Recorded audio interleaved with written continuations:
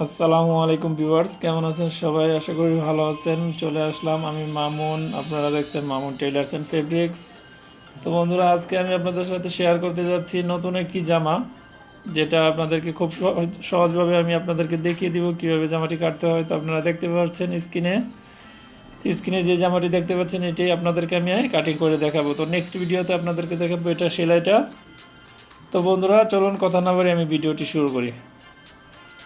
তো তার আগে বলে নেই বন্ধুরা, যারা আমার চ্যানেলটিতে নতুন এসেছেন তারা কিন্তু চ্যানেলটিকে সাবস্ক্রাইব করে রাখবেন, কারণ হলো এরকম নতুন নতুন ভিডিও পাওয়ার জন্য আপনারা কিন্তু আমার চ্যানেলটিকে সাবস্ক্রাইব করে রাখতে পারেন এবং পাশে থাকা বেলকনটি বাজিয়ে দিবেন। তো বন্ধুরা, এখানে দেখতে পাচ্ছেন আমি একটি শাড়ি নিয়েছি। তো শাড়িটি দিয়ে জামাটি কাটা। তো কীভাবে জামাটি কাটবো আমি আপনাদেরকে একেবারে একটু জেড দেখিয়ে দিব। তো বন্ধুরা, অবশ্যই আপনারা একটু ধৈর্য সহকারে ভিডিওটি শেষ পর্যন্ত দেখবেন। তো আমি আঁচল, যেটাকে বলে আঁচল দিয়ে আমি প্রথমে উপরের পাটটা কেটে নিব। উপরের পাটটা মানে উপরের যেই হাফ বডিটা, ওইটা আমি আঁচলটা দিয়ে কাটবো। তো আঁচলটা এভাবে করে আপনারা ভেঙে দুই পাশটা এভাবে করে বিছিয়ে নেবেন। তো এই হলো মাপটা। লম্বা হবে 50 ইঞ্চি। তো 50 ইঞ্চি লম্বা যেহেতু হবে, সেহেতু আমি এখানে 16 ইঞ্চি নিব। 16 ইঞ্চি প্লাস 1 ইঞ্চি নিচে, হাফ ইঞ্চি উপরে হাফ ইঞ্চি, 17 ইঞ্চি। আমি 17 ইঞ্চি নিয়ে নিলাম এখানে। বাকিটা নিব আমি নিচের যে গিয়ারটার মধ্যে, গিয়ারের পাটটার মধ্যে, হাফ বডির নিচের পাটটাতে। তো আমি এখানে প্রথমে লম্বা দাগ দিয়ে দিলাম।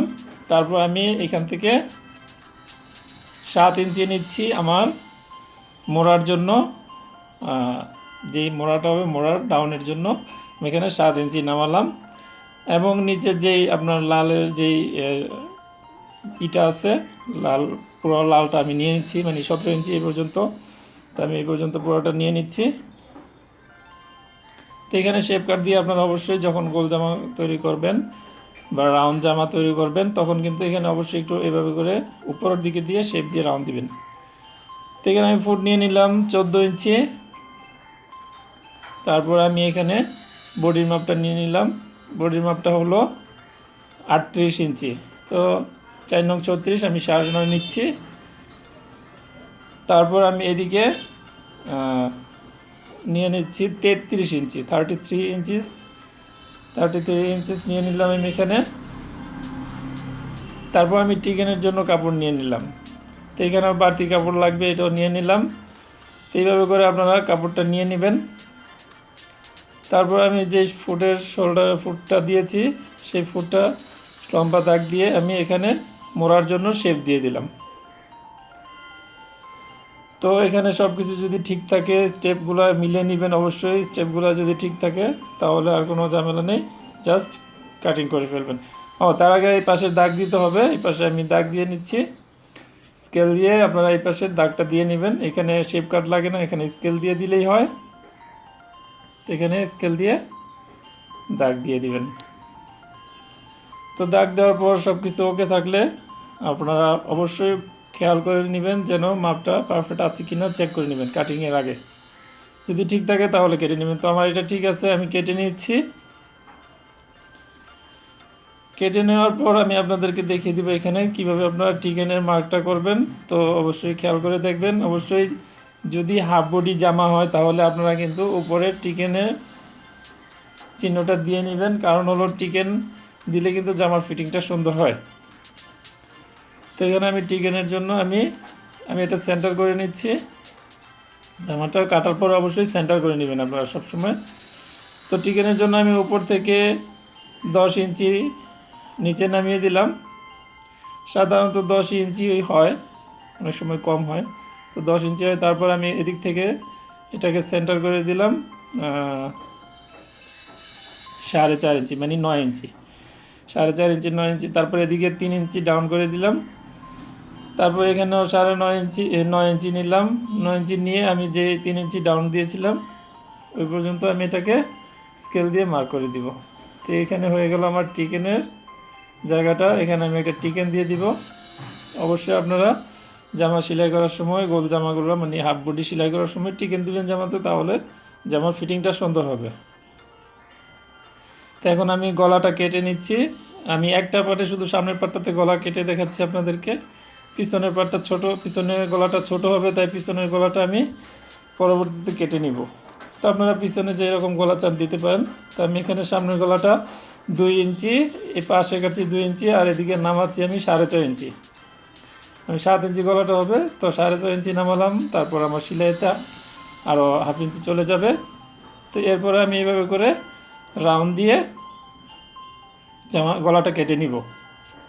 তো আপনারা এইভাবে করে রাউন্ড দেওয়ার পর আপনারা হাতে চক দিয়ে অবশ্যই গলাটা রাউন্ড যেভাবে আপনারা দিতে চান গলাটা সেইভাবে রাউন্ড দিয়ে কেটে নেবেন। আমি সাধারণত এইভাবে কাটি না, আমি বক্রমের মধ্যে গলা কাটি। তারপরে আপনারা দেখানোর জন্য এখানে আমি গলাটা কাটছি।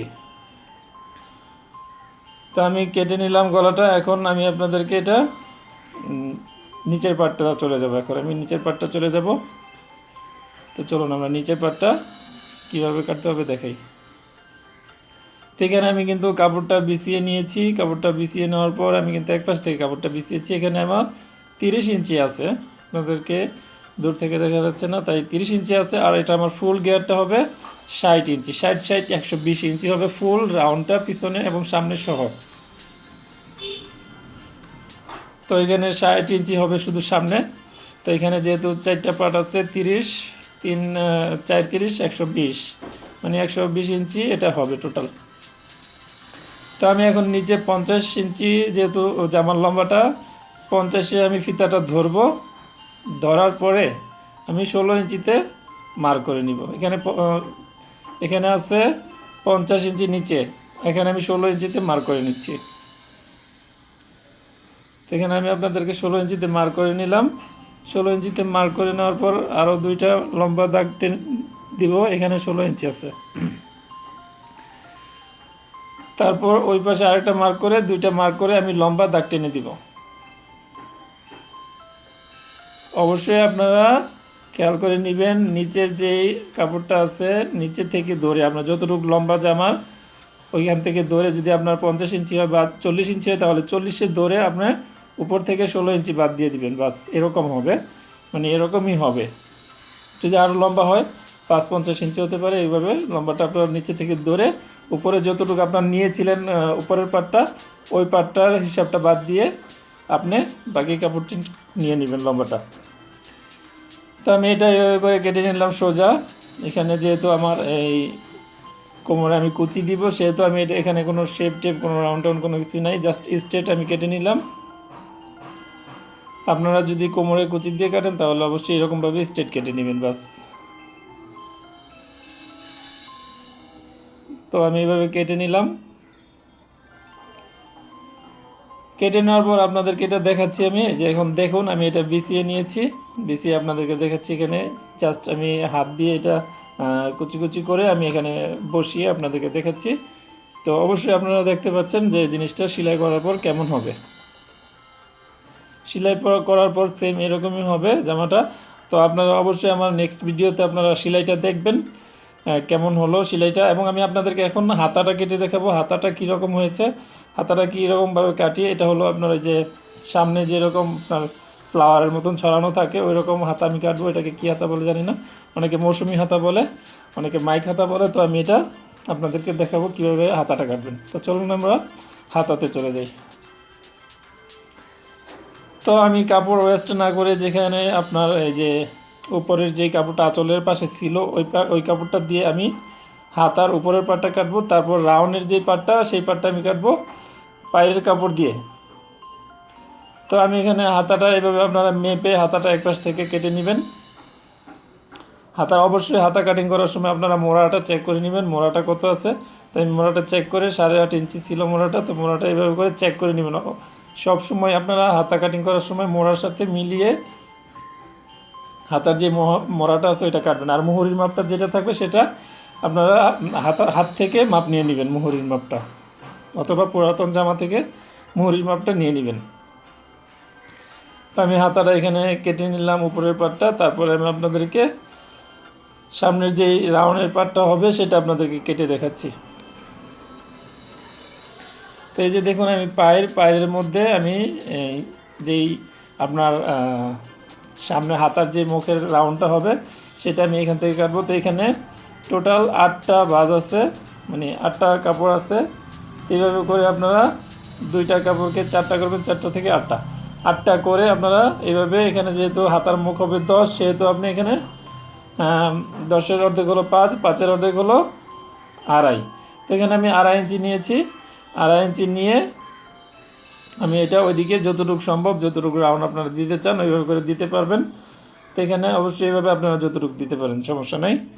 তো আমি এখানে 2.5 ইঞ্চি নিয়ে প্লাস 1/2 ইঞ্চি নিয়েছি আরও বাড়তি। তো এইভাবে করে আমি চক দিয়ে একটু মার্ক করে নিচ্ছি।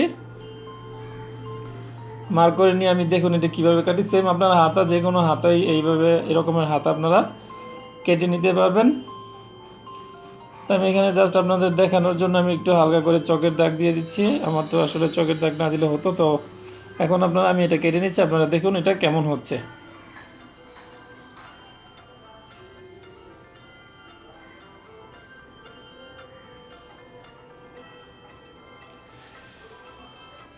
তো আমি এটা কেটে নিলাম বন্ধুরা। তো আমি ভিডিওটি শেষ পর্যায়ে চলে আসছি। আপুরা ভাইয়ারা, আপনারা যারা এই জামা ভিডিওটি দেখলেন, আপনাদেরকে অসংখ্য ধন্যবাদ।